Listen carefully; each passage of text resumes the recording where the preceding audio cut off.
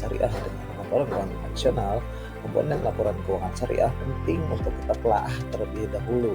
Dari sisi pengertian maupun tujuan laporan keuangan syariah sendiri, rumus persamaan dasar akuntansi yang menjadi pijakan bagi laporan keuangan syariah.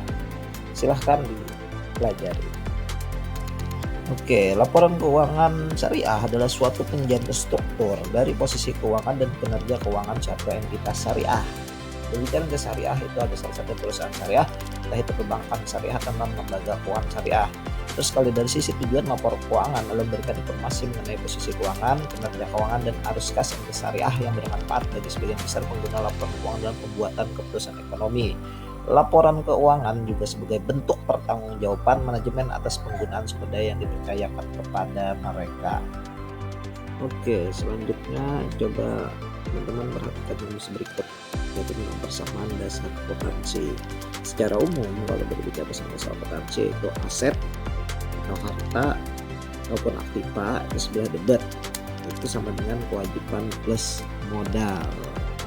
Itu secara general, secara umum. Untuk akuntansi lembaga keuangan saya sendiri, karena harus memakai nama syariah, terutama apabila ada perusahaan atau entitas syariah menggunakan skema perusahaan atau sirkah, baik mudharabah atau musyarakah ya, maka rumusnya bertambah menjadi aset atau harta atau aktiva sebelah debit itu sama dengan kewajiban plus investasi terikat plus modal. Oke, setelah rumus persamaan dasar akuntansi tadi, kita masuk dulu pada bagian-bagian di laporan keuangan syariah atau komponennya.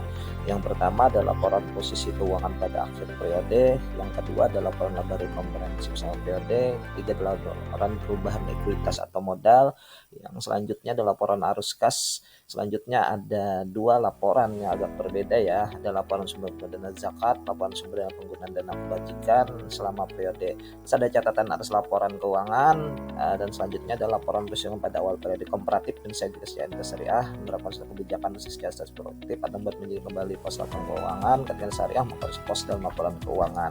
Intinya secara general, kemudian laporan keuangan syariah itu terbagi menjadi dua, yaitu laporan keuangan bisnis sama dengan perusahaan umum, tapi karena ini korporat atau perusahaan syariah ditambah dengan laporan keuangan sosial, makanya muncul ada laporan sumber pengeluaran zakat dan laporan penggunaan dana kebajikan. Oke, masuk selanjutnya itu perbedaan laporan keuangan.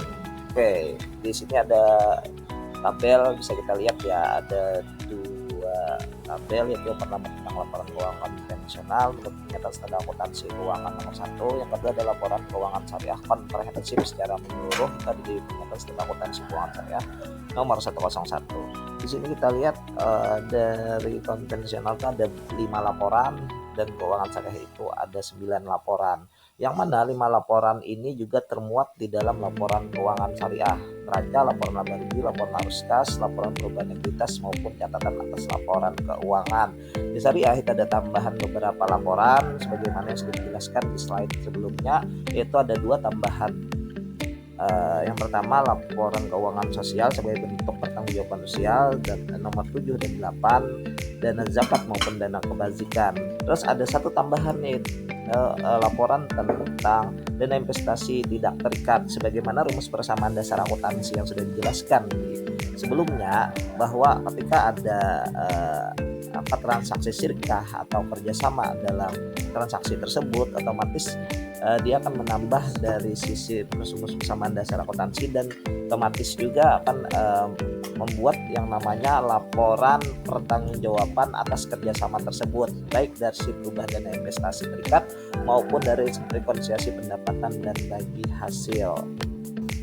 Oke, terima kasih teman-teman sudah menyimak video yang sudah kita tonton. Mudah-mudahan bisa memberikan manfaat, dan jangan lupa ya tugasnya nanti kita lanjutkan di sesi selanjutnya ya. Terima kasih. Wassalamualaikum warahmatullahi wabarakatuh.